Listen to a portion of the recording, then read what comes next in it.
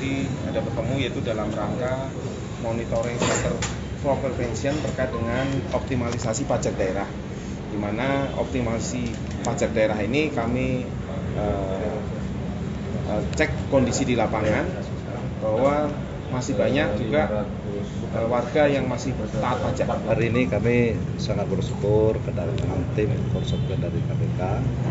Terkhusus hari ini kami langsung melihat objek pajak di rumah makan Bintang Lawas ini, dan alhamdulillah disampaikan tadi bahwa mereka ini terkait dengan Tipengkop sampai beli sendiri ya.